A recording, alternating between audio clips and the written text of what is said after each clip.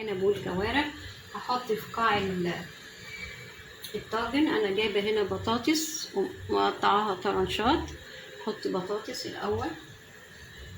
احط الاول سمنه، قصدي هنا معلقه.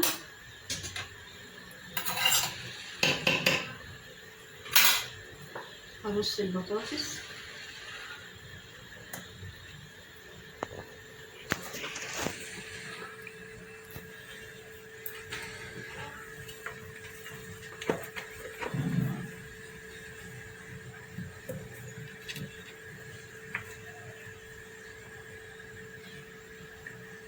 فوق البطاطس احط طرنشات طماطم.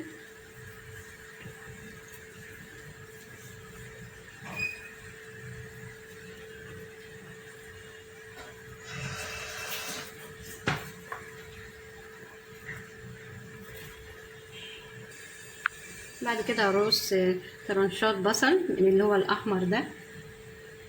كل ده في قاع الطاجن بتاع ورق العنب بالكوارع. الطاجن ده هيعجبكم جدا ان شاء الله.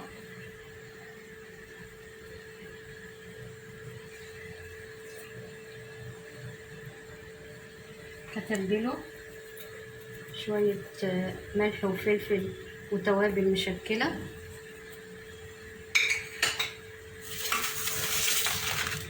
هجيب الورق العنب بتاعتي. محشي الورق العنب انا عملت معاكم كذا مرة انواع كتيرة من محشي الورق العنب. عندي حتة سمنة بلدي على النار، وقطعت فصصت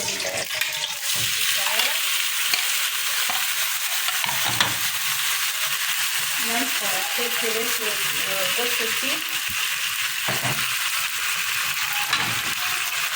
فلفل حراق، ههرس فصين توم واحمرها واروح على الرفاية.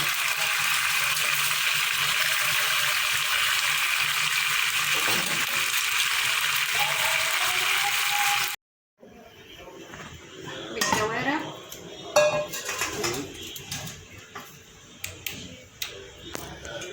هنا بقى حبايبي نزلت بالكوارع بتاعتي هنا.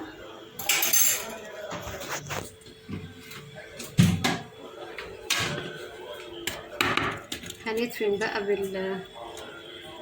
بالورق العنب.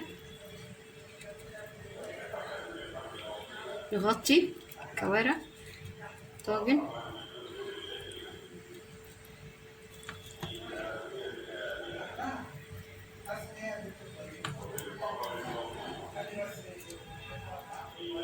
واللي حطيناه في قاع الطاجن هنحطه على الوش. لسه هنحط ليمون وزيت. هنا بقى حبايبي رصيت الكوارع والورق العنب. احط بقى شويه توم، شرايح توم. هرص ليمون عشان ورق العنب.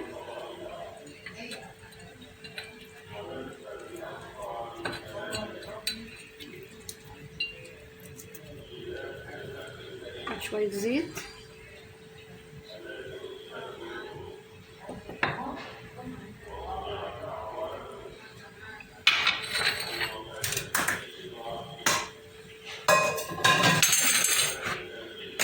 الخضار اللي انا رصيته في قاع الطاجن هنرص هنا برضو شرايح بصل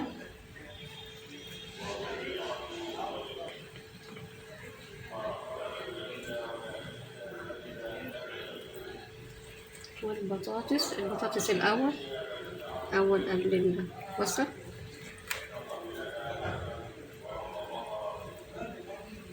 خلي الفلفل ده في الاخر.